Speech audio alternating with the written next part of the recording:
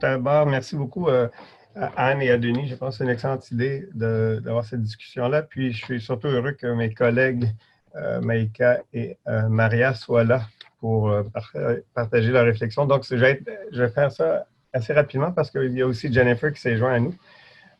Ce qu'on m'a demandé, c'était de donner un peu des éléments de réflexion, un regard historique sur les questions des livres blancs de politique étrangère.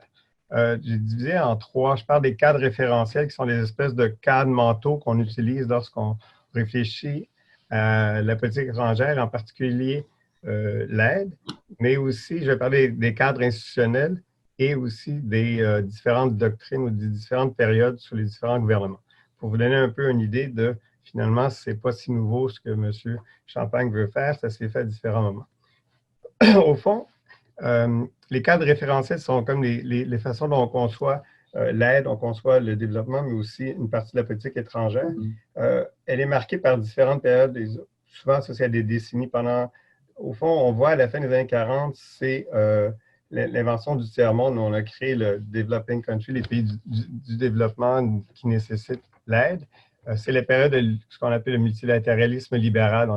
C'est l'espèce de période post-Deuxième Guerre mondiale où on crée les Nations unies, il y a un optimisme sur les institutions de Bretton Woods et l'aide internationale se met en place graduellement. Dans les années 50 et 60, beaucoup de politique étrangère axée vers les pays dits du Sud est basée sur la théorie de la modernisation, comme quoi les pays en émergence suivraient la même trajectoire que les pays dits développés et qu'il y aurait un effet il appelle ça le trickle-down, le ruissellement vers le bas et éventuellement tout le monde aurait un mode de vie américain. C'est aussi flagrant que ça. C'était surtout axé une contre-théorie pour opposer le communisme qui marquait aussi la politique étrangère des pays occidentaux. Dans les années 70, il y a eu une mobilisation des pays nouvellement indépendants. C'est la fin de la période des indépendances, la décolonisation. On avait une demande pour un nouvel ordre international. Et les pays du Nord ont réagi aussi en mettant à nouveau l'accent sur la question des besoins essentiels. Donc, on a vu un référent plus au niveau global d'un ordre économique distinct. Le Canada était vu comme un allié à l'époque, comme une puissance moyenne pouvant aider. Et dans ses politiques d'aide, était axé sur les besoins essentiels.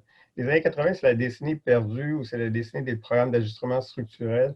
Dans un premier temps, qui était une réforme économique majeure des systèmes économiques des pays du Sud. Donc, les politiques d'aide internationale étaient conditionnées à la signature de programmes d'ajustement structurel. À la fin des années 80, on a parlé, 90, début 90, on parlait d'ajustement à visage humain. Donc, certains pays, dont le Canada, ont proposé de donner un visage plus humain à ces ajustements structurels parce que ça avait eu des effets excessivement dommageables dans plusieurs des pays. Dans les années 90, on pourrait parler de la sécurité humaine, où on parle plus seulement de la sécurité des États. Avec la fin de la guerre froide, l'aide et la politique étrangère devient axée sur les menaces non traditionnelles. Donc, on parle de sécurité humaine, des changements, on parle déjà des réfugiés climatiques, des violations des droits de la personne, aussi l'oppression des femmes. Donc, on voit avec un peu la doctrine d'Oxworthy, ce n'est pas véritablement une doctrine, mais c'est une série d'idées qui était mise de l'avant à l'époque.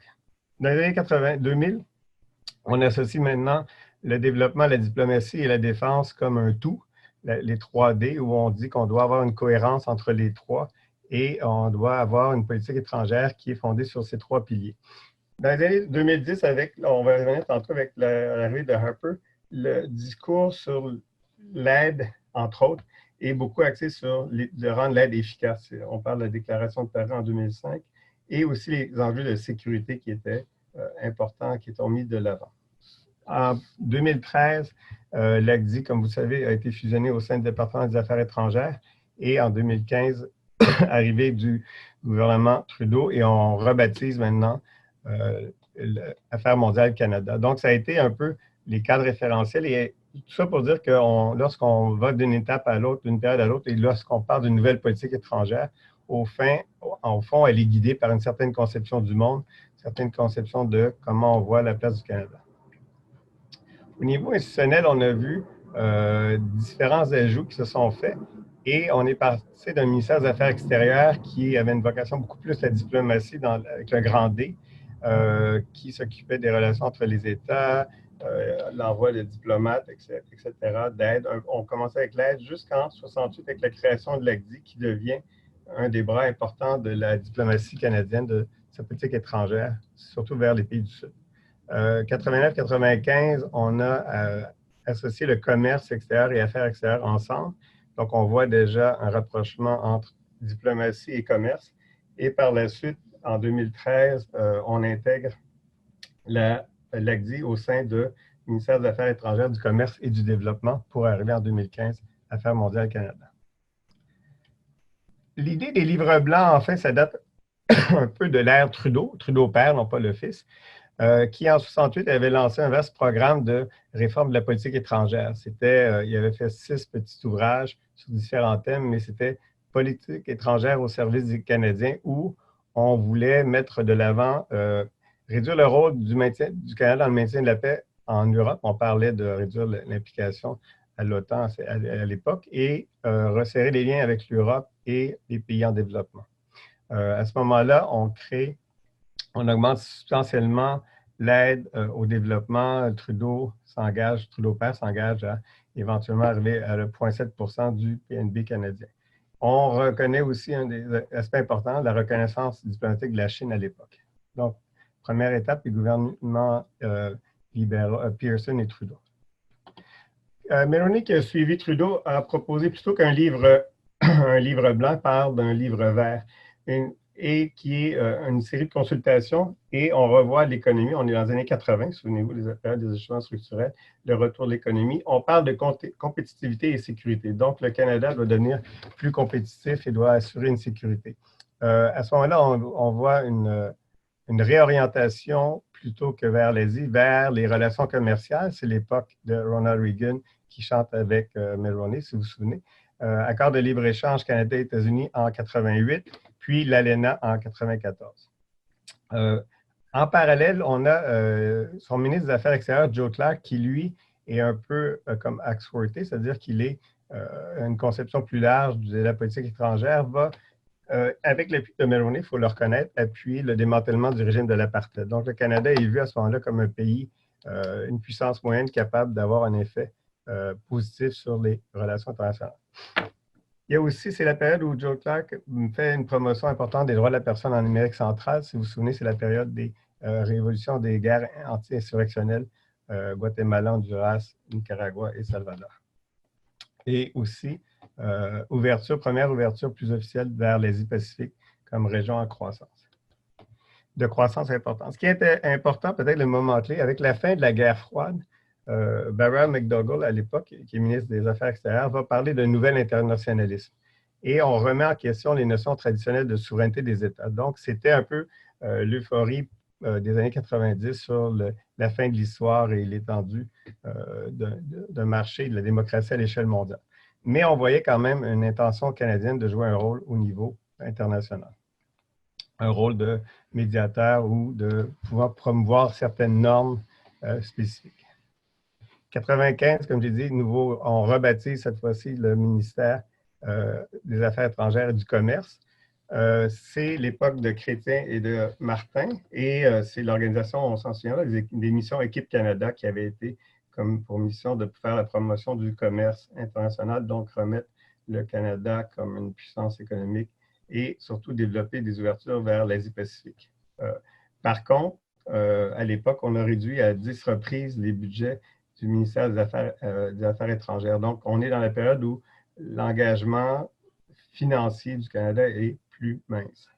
Malgré ces coupures, on voit quand même certaines causes que le Canada va porter et qui ont fait un peu la marque de commerce à l'époque, celle de la doctrine on l'a appelé une doctrine, une série d'idées qui sont associées à Axworthy qui était sur la sécurité humaine. Une des campagnes importantes, la campagne internationale pour interdire les mines antipersonnelles, la convention qui a été signée à Ottawa, qui était vue comme un succès important, où le Canada avait joué un rôle de premier plan pour faire aboutir une campagne qui avait été initiée par des militants, c'est important, des militants américains, et qui s'était organisé avec un réseau d'ONG pour éventuellement avoir l'appui d'un pays qui était le Canada qui appuie et était l'hôte de la conférence. Il avait également appuyé l'établissement de la Cour pénale internationale. Donc, il y avait quand même, à nouveau, avec les gouvernements libéraux, cette idée du Canada comme une puissance capable d'intervenir au niveau international, une puissance moyenne qui n'avait pas les prétentions d'être superpuissance, mais qui pouvait faire la promotion de certaines normes, certaines idées. Le gouvernement Harper, bon, c'est un peu les années plus sombres, si on regarde au niveau de l'aide internationale, c'est beaucoup influencé par le rapport du Sénat en 2007 qui disait qu'au fond, les années d'aide internationale n'avaient rien fait, on avait peu contribué, ça avait été des milliards de dollars qui avaient peu servi, donc on devait resserrer, rendre l'aide plus efficace. Et là, il y avait tout un appareil, un protocole technocratique sur comment on mesurait l'aide et comment c'était efficace et qui devait mesurer. Mais c'est également la période où on a des coupures importantes de financement de l'aide, spécialement à certaines ONG qui étaient vues comme trop politiques. On a aussi réduit la quantité de pays dans lesquels le Canada intervient. Beaucoup ont dit que le Canada avait perdu beaucoup de son... en relation internationale, on parle du soft power, le pouvoir d'influence. Ce n'est pas le hard power, ce serait l'équipement militaire, les sous-marins, les tanks, etc. Mais le soft power, c'est la capacité de servir de modèle ou d'influencer les autres parce qu'on le voit comme une puissance ou un pays qui a des bonnes idées. Sous Harper, on a un retrait vers les hémisphères, donc il va beaucoup plus miser sur l'Amérique latine, des signatures de libre-échange avec la Colombie, avec le Chili, l'accord de libre-échange. Il a d'ailleurs, c'est l'autre aussi du sommet des Amériques à Québec, je ne sais pas si vous vous souvenez, lorsque Québec est devenu une citadelle à nouveau en 2001. Priorité clairement au commerce et aux enjeux de défense. La question qu'on peut se poser, c'est quoi faire? C'est-à-dire quoi faire par rapport à ces différentes politiques. Il y a un chercheur américain qui parlait de exit voice and loyalty, soit le conformisme, soit s'y conformer et suivre ce que le gouvernement nous propose, s'opposer directement ou décrocher et développer une voie dissidente, une voie parallèle. En tout cas, ça sera à débattre, j'imagine, c'est les prochaines étapes sur le positionnement que l'ACOSI pourrait prendre par rapport à l'idée de cette vaste consultation. Je pense que ce n'est pas la première, il y en a eu à plusieurs reprises. Je pense qu'il y a moyen de faire entrer des nouvelles idées et il semble avoir une ouverture. Donc, je m'arrêterai là maintenant et je laisserai la parole à Maïka et à Maria pour le reste.